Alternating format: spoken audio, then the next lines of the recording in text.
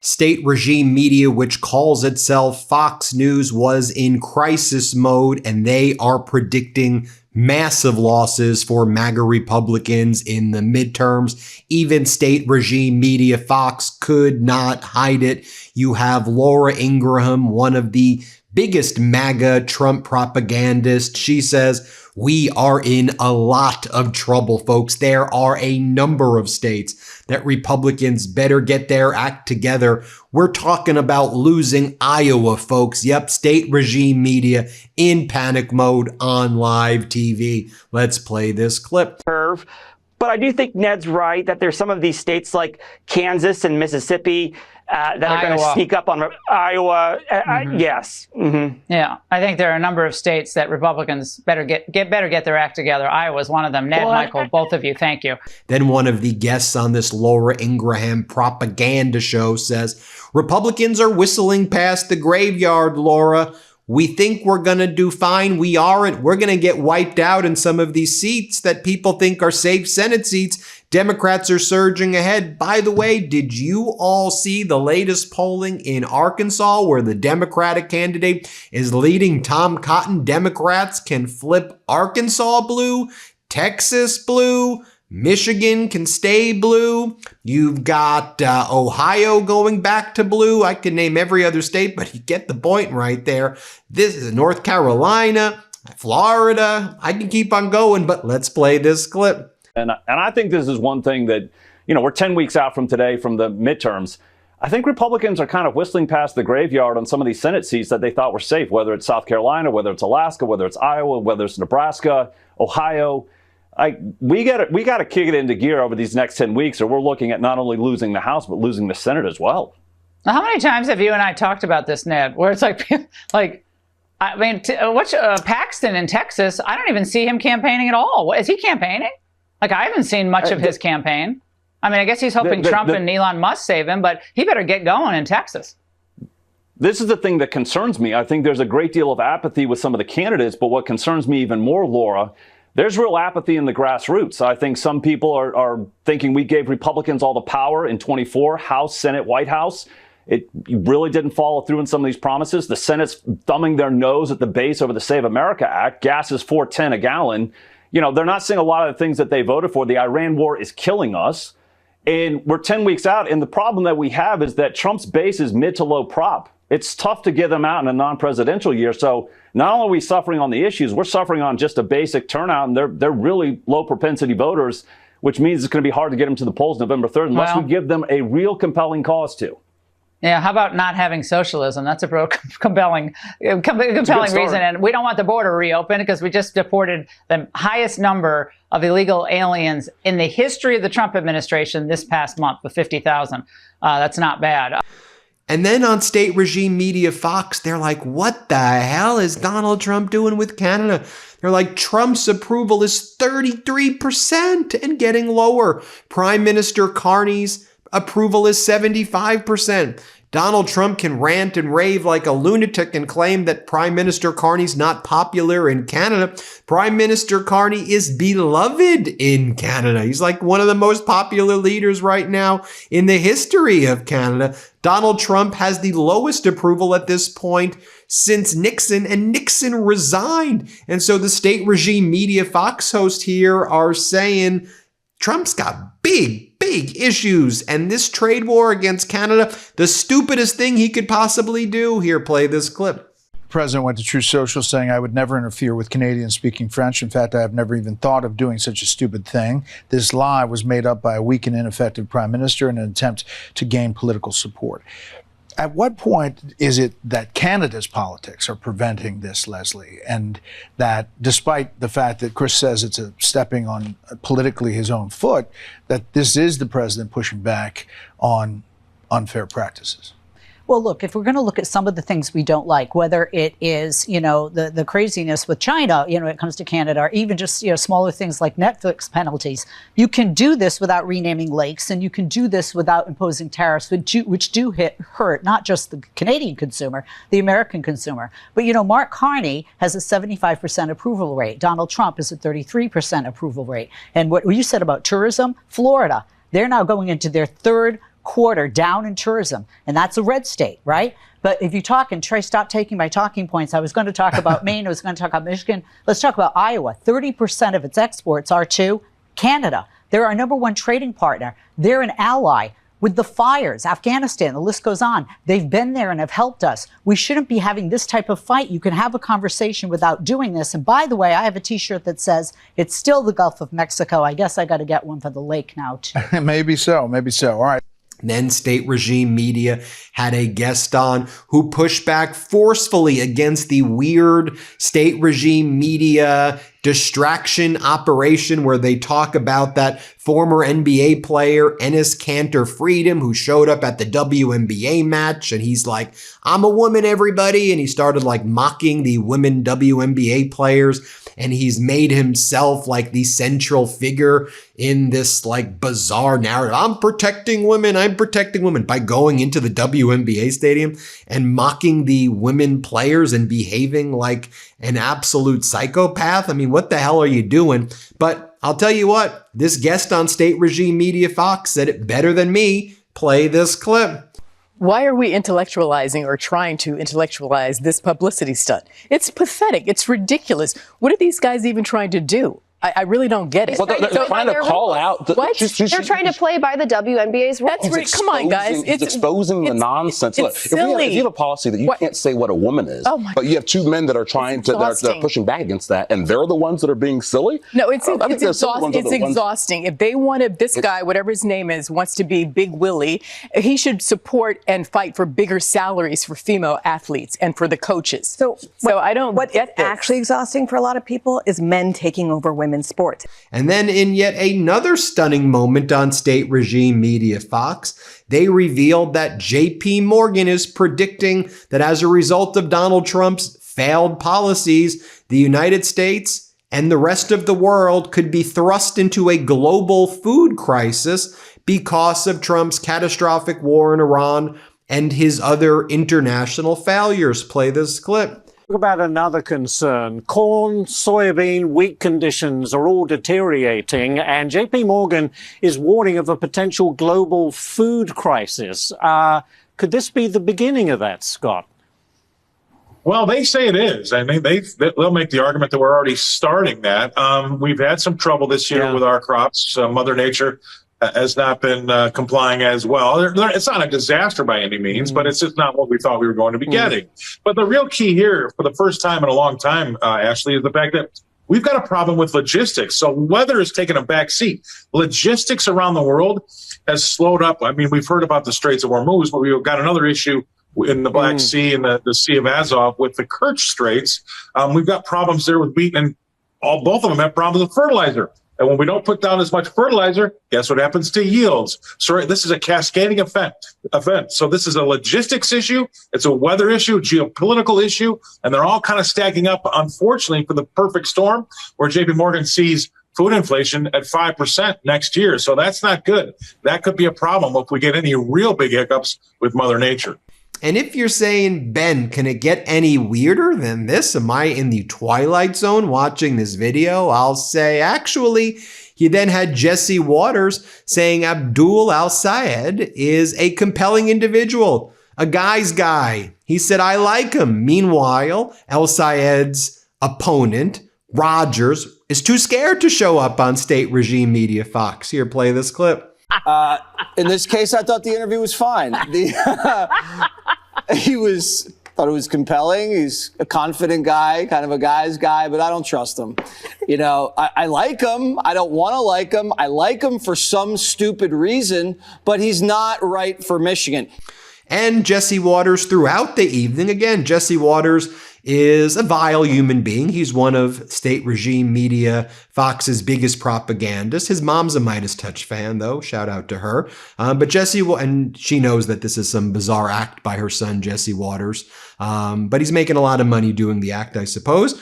And then, remember, she warned him the first day, and she's like, Jesse, don't be a propagandist conspirator. I know she's watching this video. She watches the videos all the time. Anyway, Jesse's like, I actually like Abdul. Here, play this clip. I actually like Abdul. I probably shouldn't like him, but I do. I think he'd be a terrible senator, and he's a little bit of a lunatic, but at least he's not your typical stiff. Hakeem talked to Kushner because he wanted to help the country. Abdul talked to me because he wanted to help Michigan and himself. And we all learned something, that I'm circumcised. I'm pretty sure everyone has had that moment where the car starts making a noise it definitely wasn't making yesterday, and immediately you start to think, so how much is this going to cost me? I'm in the car constantly, including with my family. The idea of getting stranded somewhere and then getting slammed with a huge repair bill is not exactly appealing. That's why I love what CarShield offers. They have low-cost, month-to-month vehicle protection plans with low deductibles that can save you from major out-of-pocket repair expenses. Plus, you get 24/7 roadside assistance, courtesy towing, and rental car options at no additional cost, with ASC-certified mechanics and repair shops around the country. And CarShield has been doing this for over 20 years, with more than 2 million vehicles covered, a 96% customer review rating, and an A+ rating from the BBB. Listen, summer heat is absolutely brutal on your engine and your AC. Don't let a blown alternator ruin your family road trip and drain your bank account. Get covered with CarShield. Right now, CarShield is offering our listeners 20% off with the code MIDAS at carshield.com/Midas. So visit carshield.com/Midas, MEIDAS, to lock in your coverage today and protect yourself from expensive car repairs. Again, go to carshield.com/Midas and use code Midas for 20% off. That's MEIDAS. More from Jesse Waters over here saying, I guess because of my interview with Abdul Al-Sayed, everybody knows that I'm circumcised right now. Here, play this clip. Plus everything. Well, I guess everybody now knows I'm circumcised. Nothing left to say, I guess. I'm writing that down. You know, usually you look at the headlines, and if your headline is all about your penis, usually you've done something very wrong. In this case, I thought the interview was fine. And you may recall that you had Jesse Waters bringing up genital mutilation and bringing up, all these Fox hosts continue just to talk about like penises and vaginas like all the time, and they misconstrue the issue. That's how they kind of phrase everything. And so Abdul Al-Sayed is like, well, okay, you want to talk about like circumcision? Like, what the hell are you even talking about? Like, and Abdul Al-Sayed's point is like, what are we even talking about here? Okay. I'm being elected to be the senator of Michigan, and I'm trying to focus on the issues that people in Michigan are facing. And you want to talk about like WNBA. You also want the government to be the genital police. You want government. What are you saying? You want big government to inspect people? I mean, what's the MAGA position here? Here, play this clip. We've decided he's just weird. They say sex sells, but this guy seems just obsessed with it. Are you circumcised? Yeah, but I mean, that's a Jesse, personal question. Okay, doctor. So you probably should want to move on. You probably should want to move on. Circumcision's different than castration. Then Sean Hannity continues to, that was Hannity over there, more from Hannity over here, saying one of the issues that seems to be that brings all the Democrats together is a dangerous obsession with trans kids. Dude, but do you see I want you to see the state regime tactic here. This is all they talk about on Fox. And then they bring on a guest, and that's all they want to talk about. And then if you push back a little bit, like, oh my God, why are you saying these things? Because this is all you talk about. If you watched Fox, you would think the biggest issue is something about Enes Kanter freedom and WNBA and Sophie Cunningham, and that there are all these transgender women in the WNBA. There's zero. There's never been a transgender woman in WNBA. And I'll tell you what there's a lot of right now in the United States, broke people. I'll tell you what there's a lot of right now in the United States, people who are suffering right now, who can't afford gas, who can't afford diesel, who have lost their jobs, who can't afford rent, who can't afford a home, who have had their health care ripped away. That's what you want to talk about, real things that are impacting the American people. So stop freaking bullying the transgender community. Just stop bullying the community. These are human beings, damn it. Stop making up fake issues. But they don't want to talk about what's happening in real life because that's an acknowledgement of what I shared with you at the beginning, that Donald Trump's policies have been absolutely catastrophic. So here is Hannity, though. Let's play it. And tonight, one of the issues that seems to bring almost all Democrats together is a dangerous obsession with trans kids. And then more from Hannity talking about dingalings or something. Here, play this clip. When I started in this business in my mid to late 20s, I never thought we'd be talking about dingalings. It was unfathomable. It's kind of sick and getting sicker every day.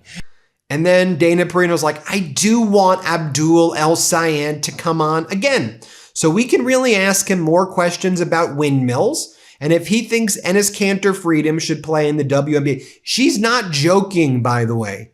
This is what they want to talk about there. What they don't want to talk about is how most American people right now don't know how they're going to pay rent that next month. Or they open up their fridge here and they go, is there anything going to be left in my fridge? Am I going to have to not go to the doctor? How am I going to make my kid food for lunch when the government's taken away lunch from my kid, and they said that my kid's involved in waste, fraud, and abuse, and they've taken away programs that help my kid get lunch? Here, play this clip. It is going to be the Senate race to watch. I do hope that he comes back because Lake Michigan, I want to hear more about windmills. Yeah. On Lake Michigan, I want to hear about getting rid of the Second Amendment, and I want to know if he thinks Enes Kanter Freedom should play for the WNBA. And then you have this Will Cain show, and he brings on Jamie Harrison, and then he starts to ask Jamie Harrison all of these questions when they want to ask WNBA and what do you think about the DSA? What do you think about Sophie Cunningham? What do you like? Should transgender women be playing in the WNBA, or what do you think about this? That's a good question. Dude, shut up! No one cares about this stuff. Okay, you know what we do care about? Treating human beings with dignity, treating the transgender community and all different communities as human beings, damn it, because they are human beings. Empathetic, stop this weird obsession. All these MAGA Republicans wake up and they think about transgender people all the time. What do you think? Why don't you mind your own business? And excuse my language. Why don't you mind your own business? And why don't you just, let's keep government out of it? And focus on you. Focus on you and stop being so freaking mean. Here, play this clip. You invite somebody to come on your show to talk about the South Carolina Republican primary, and you don't even talk about the South Carolina Republican primary. This is the reason why you guys are disingenuous. No, there's no reason. Don't invite me to come on your show to talk about what. Listen, Jamie, don't invite me to come talk on your show about the South Carolina Republican primary, and you spend all your time talking about the DSA, which I'm not even a member of. So listen to me for a second. Talk about the DSA. Invite. All right, I'm going to have to cut you off, Jamie. While I'm about to tell you, if my staff told you that we were talking, Jamie, you can't hear me while you're talking. If my staff told you we were going to talk about the Senate in the Republican primary, then I apologize. I was under no pretense that I'd be talking to you today about a Republican primary. I don't know why I would book a former Democratic. All right, I'm going to have to cut you off. We're talking at the same time. It does nobody a service, not you, not me, or not the audience. But I would never be interested in hearing from a former DNC chair. Thank you, Jamie Harrison. I appreciate the time. I would hope for us to go better in the future. I would never book the former head of the DNC to talk about a Republican primary. What expertise or insight could I possibly hope? But while the Democrat Party goes through a fundamental transformation, whether it's... Yeah, sorry, I cursed over there for a second. And then finally, you have the MAGA Republican Senate candidate in California whining about, they're going to ballot harvest in California. I'm going to lose because of the ballot harvesting. Dude, just shut up. Stop whining. Just address the issues that people care about and are concerned about, you freaking loser. Here, play this clip. Exactly. I mean, look, she should have come here because listen to the language there in court, which was depositing absentee ballots not belonging to you. That's legal in California. It's called ballot harvesting. It's the law. It happens the whole time. It's well documented. You got unions running around collecting ballots in nursing homes. You saw it filmed on Skid Row. I mean, this is what they've done. And people call it cheating and all the rest of it. It's been legalized. You have legalized cheating and corruption. Anyway, there you have it, folks. Let me know what you think. Hit subscribe. Let's get to 7 million subscribers. Sorry I cursed before. I usually don't curse. This came out. Let's get to 7 million subscribers. Before you go, our book, WTF America, is available for pre-order now. It's the story of how we got here and how we fight our way back. To pre-order, scan the QR code or click the link in the description. Let's do this.